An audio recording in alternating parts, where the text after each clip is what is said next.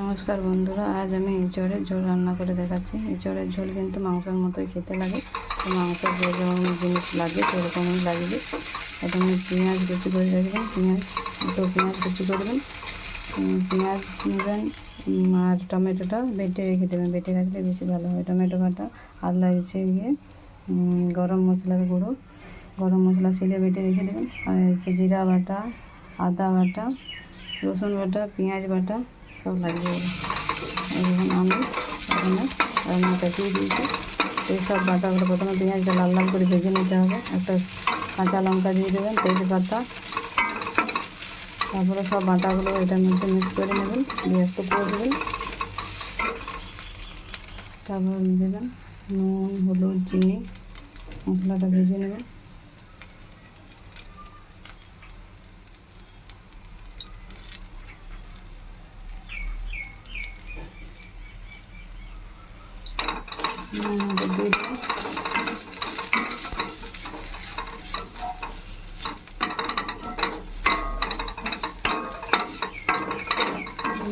দিয়ে দেবেন টমেটোটা দিয়ে দেবেন।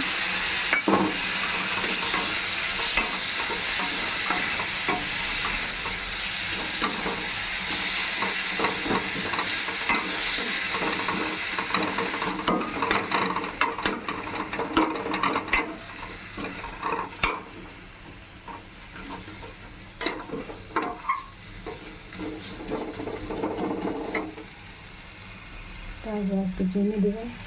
আমি যেহেতু এঁচড় একটু কষাবেন, চিনিটা একটু বেশি পরিমাণে দেবেন, ভালো লাগবে কি।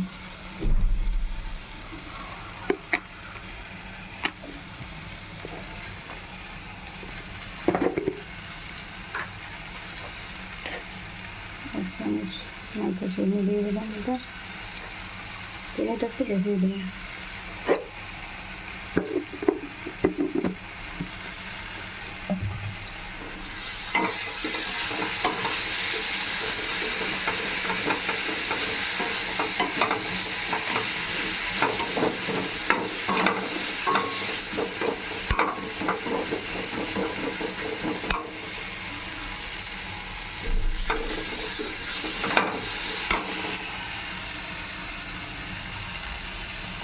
দিয়ে দেবেন কাশ্মীরি লঙ্কার গুঁড়ো, রঙটা একটু ভালো লাগে দেখতে।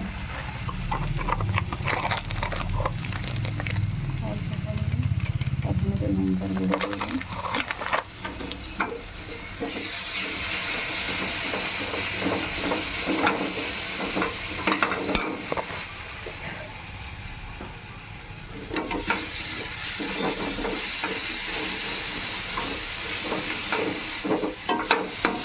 কষা কষা হয়ে গেলে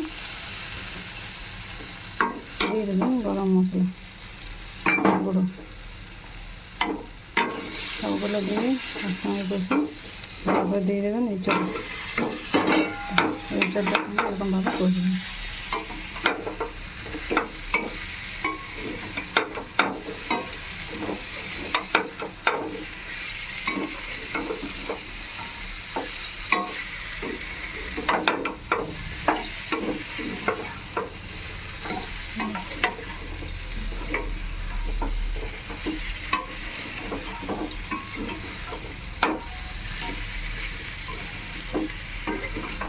খুব সুন্দর একটি কালার এসছে, একদম মাংসের মতোই লাগবে খেতে। এঁচড়ের ঝোল পাতলা করে ঝোল রান্না করবেন, ভালো লাগবে। এঁচড়টাকে একটু ভালো করে সেদ্ধ করে নিন। এরকমভাবে এঁচড়টার সঙ্গে কষবেন। শেষে জল দেওয়ার পর যখন নামাবেন তখন একটু সামান্য পরিমাণে ঘি আর একটু গরম মশলার গুঁড়ো দিয়ে একটু নাড়াচাড়া করে নামাবেন, এবং খেতে ভালো লাগবে। কষা কষা হয়ে গেছে, খুব সুন্দর একটা রং এসছে এঁচড়টার মধ্যে।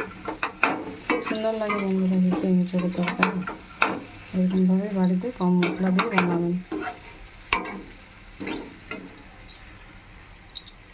এটা কষা হয়ে গেলে জল দিয়ে দেবেন। জল দেওয়ার পর একটু গরম মশলার গুঁড়ো আর একটু ঘি দিয়ে তারপরে নামাবেন। ওকে বন্ধুরা, নমস্কার। দেখুন বন্ধুরা, আমার ইঁচড়ের তরকারি কত সুন্দর রঙ হয়েছে। এবার আমি এই তরকারিটা নামাবো। খাওয়া শেষে লাগবে একটু ঘি, এই পরিমাণ মতো ঘি লাগবে। একটু ঘি দিয়ে দিলাম আর একটু গরম মশলার গুঁড়ো দিয়ে দিলাম এরকমভাবে। ব্যাস, এবার নাড়াচাড়া করে আর নামিয়ে নেবেন। একটু বেশি আঁচ দিয়ে ফুটিয়ে নেবেন।